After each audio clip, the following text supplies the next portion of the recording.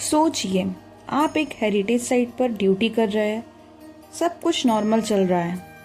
तभी एक पर्यटक अचानक गुस्से में चिल्लाने लगता है। आसपास के लोग उसकी तरफ देखने लगते हैं। ऐसे समय में एक रक्षक का क्या करे?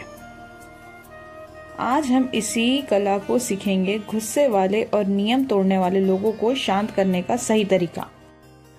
हर दिन हजारों लोग हेरिटेज साइट पर आते हैं।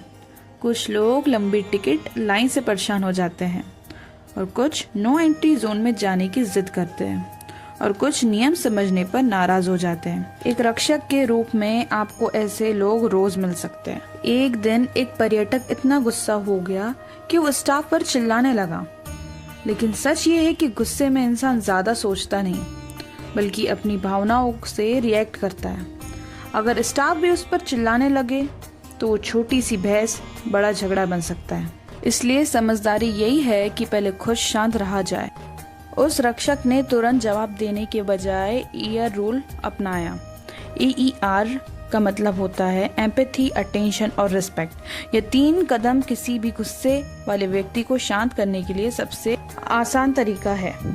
सबसे पहले एम्पैथी। रक्षक ने कहा, सर, मैं आपकी परेशानी समझ सकता हूँ। फिर अटेंशन। उसने पूरी बात ध्यान से सुनी, बिना बीच में टोके।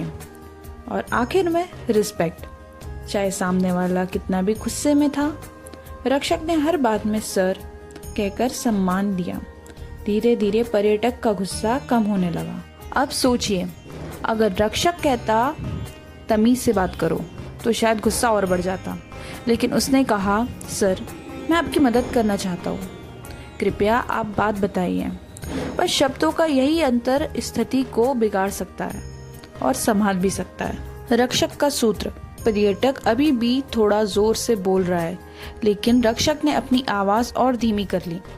अक्सर जब भी व्यक्ति धीमी और शांत आवाज में बात करता है तो सामने वाला अपनी आवाज नीचे कर लेता है। यही एक कुशल रक्षक की पहचान है। अब मान लीजिए कोई व्यक्ति नियम तोड़ रहा है, तो सबसे पहले उसे शांत तरीके से संभालिए। अगर ना माने तो नियम तोड़ने का नुकसान और कानूनी परिणाम बताइए। अगर स्थिति ज्यादा गर्म हो जाए तो कभी अकेले मत उलझिए। अपने साथ स्टाफ को बुलाइए और जरूरत पड़े तो कंट्रोल रूम में सूचित कीजिए। ड्यूटी खत्म होने के बाद रक्षक ने सोचा, शायद वो पर्यटक मुझसे नहीं बल्कि अपनी परेशानी से गुस्सा था। मेरी वर्दी सिर्फ मेरी नहीं, पूरी संस्था की पहचान है और इसलिए चाहे परिस्थिति कितनी भी कठिन हो, मुझे अपना संतुलन कभी नहीं खोना चाहिए। तो आज की कहानी से हमने सीखा, गुस्सा का जवाब गुस्से से नहीं दिया जाता। EER रूल, एम्पैथी, अटेंशन और रिस्पेक्ट सबसे बड़ा हथियार है। सही शब्दों का चयन और धीमी आवाज कई बार विवादों को रोक सकती है। और याद रखिए, एक सच्चा रक्षक अपनी ताकत से नहीं, अपनी शांति और समझदारी से पहचाना जाता है। धन्यवाद।